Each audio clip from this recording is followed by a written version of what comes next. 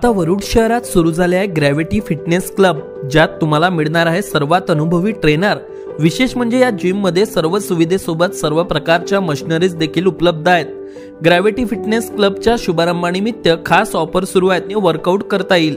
पत्ता आहे श्रीराम सिटीच्या वर काठीवाले कॉम्प्लेक्सच्या बाजूला वरुड।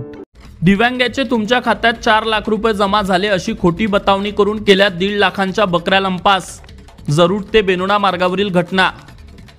दिनांक 7 मार्चला वरुड पोलीस स्टेशन हद्दीत येणाऱ्या वरुड ते अमरावती मार्गावर फिर्यादी महिला सजनी उईके त्यांच्या 15 बकऱ्या चारत असताना ठिकाणी पांढऱ्या रंगाच्या बोलेरो गाडीत असणाऱ्या 2 इसामांनी फिर्यादी व तिच्या पतीला अपंगाचे 4 लाख रुपये तुमच्या बँकेत जमा झाले अशी बतावणी केली असता ते बँकेत गेले, परंतु बँकेत कोणतेही पैसे जमा न झाले असल्याने फिर्यादी महिला व तिचा पती परत आले असता 15 बकऱ्या अंदाजे किंमत 1.5 लाख रुपये आढळून आल्या नाही। यावरून अखेर त्यांना त्यांची फसवणूक झाल्याचे कळताच त्यांनी वरुड पोलीस स्टेशन येथे येऊन तक्रार दाखल केली।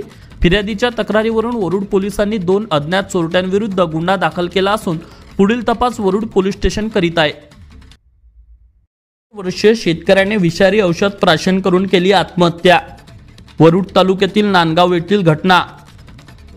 शेतात पिकाचे उत्पन्न होत नसल्याने सतत कर्ज वाढत होते।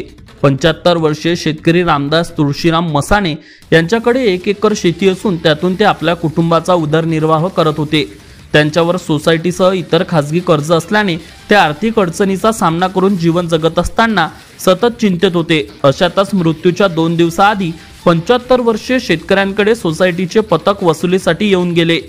त्यामुळे वृद्ध शेतकरी रामदास मसाणे हे सतत वाढत्या कर्जबाजारीपणाला कंटाळून गेले असून त्यांनी आत्महत्या केली असावी असे बोलल्या जात आहे। या घटनेचा पुढील तपास बेनोना पोलीस स्टेशन करीत आहे। Avinash Bansod, Amravati today news, Warud.